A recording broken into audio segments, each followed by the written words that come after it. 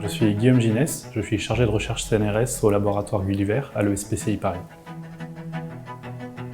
Donc, je travaille sur les nanotechnologies ADN, plus précisément sur la programmation moléculaire, qui est un domaine de recherche assez transverse, assez nouveau, qui va combiner à la fois biologie moléculaire et sciences de l'informatique, avec pour objectif de créer des réseaux de réactions chimiques ou biochimiques qui sont capables, au sens général, de traiter de l'information. Pour ça, l'ADN, c'est vraiment le support de choix pour la programmation moléculaire, parce que dans cet enchaînement, dans ce collier de perles nanométriques, qui est composé d'une succession de 4 types de perles, A, C, G ou T, ça va encoder de l'information de la même façon qu'on encode des bits en informatique avec des séries de 0 et de 1.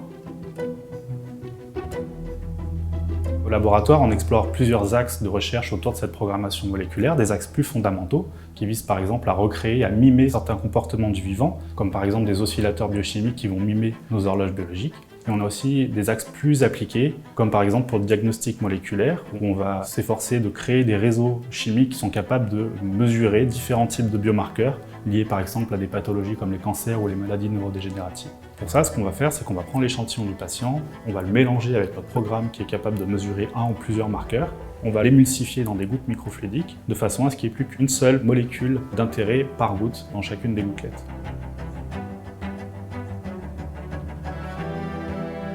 On va avoir une cartographie de molécules d'intérêt, par exemple pour un type de cancer ou un type de maladie neurodégénérative. Et donc l'intérêt, c'est d'être capable de mesurer très précisément chacune de ces espèces dans un échantillon patient. Et de savoir s'il répond par exemple à certains types de traitements, s'il est malade, pas malade.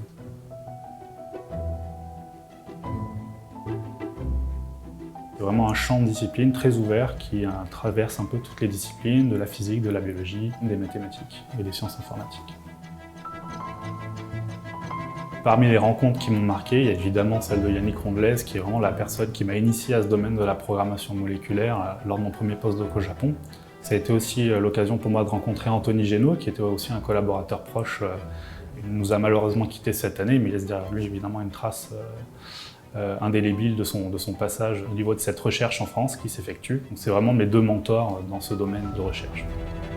Je vois avant tout cette médaille comme une récompense collective, donc à la fois évidemment mes mentors Yannick et Anthony, sans qui j'aurais certainement pas pu avoir cette carrière et rentrer au CNRS par cette porte-là, et continuer sur cette thématique qui m'inspire beaucoup. Également tous les postdocs, les thésards, les stagiaires qui font au quotidien cette recherche, qui ont des idées, donc c'est vraiment quelque chose qui alimente notre recherche, et donc cette médaille elle est clairement pas individuelle, elle leur est dédiée évidemment, ainsi qu'avec tout le personnel administratif autour de ça qui fait un travail